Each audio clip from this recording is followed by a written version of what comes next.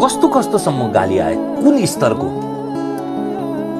अब उहाँहरूलाई लेख्न लाज लागेन भने म भन्न पनि पछि पर्दिनँ।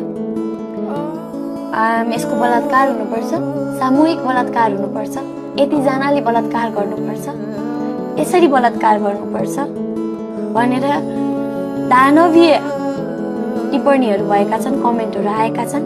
त्यो बाहेक त्यो सँगसँगै मलाई इनिसा विक र निर्मला पन्तसँग दाजेर यसको हकीकत त्यस्तो हुनुपर्ने भनेर भनेका छन्। मेरो योनि च्यातिनुपर्छ, मेरो दुईटै योनि एउटै ठाउँमा आउने गरी यसको बलात्कार हुनुपर्छ, यसलाई यसरी फालिनुपर्छ भन्ने खालको चाहिँ कमेन्ट्सहरू पास भएका छन्। कमेन्ट्सहरू मात्र नभएर मेरो पर्सनल इनबक्समा पनि त्यसरी नै पास भइरहेको छ। अहिले के भनेर सम्झाउनु भयो आमाले त्यस्तो अवस्थामा? तपाईँले साँच्चीकै त्यस्तो जोखिमपूर्ण र अथवा आफैलाई नै क्षति पुर्याउने बाटो रोज्न खोज्नुभयो र आत्मविश्वास डगमगाएर? त्योभन्दा पनि त्यो सर्टेन सिचुएसनमा चाहिँ हामी तल थियौँ। अहिले मम्मीलाई पनि धेरै कलहरू आइरहेको थियो।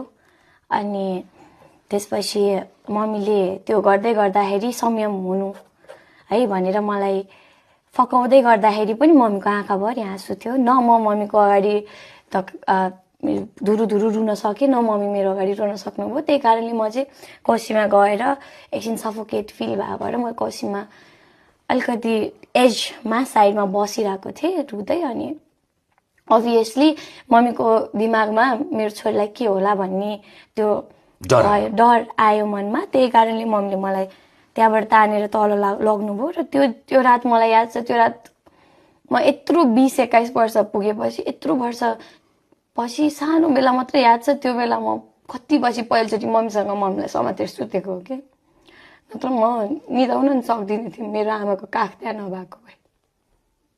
के भनेर सम्झाउनु भयो आमाले? त्यसपछि हामी दुईटै मौन भयौँ।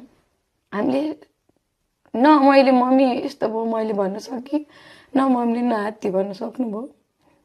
हामी दुईटै मौन भयौँ। मम्मीले मलाई समात्नुभयो अनि म निदाएँ, मम्मीको काखमै निदाएँ। त्यसपछि बिहान उठेपछि त्यो कुरालाई हामीले बिर्स्यौँ भन्ने सोचले अगाडि बढ्न खोज्दाखेरि पनि हामीले सकेनौँ।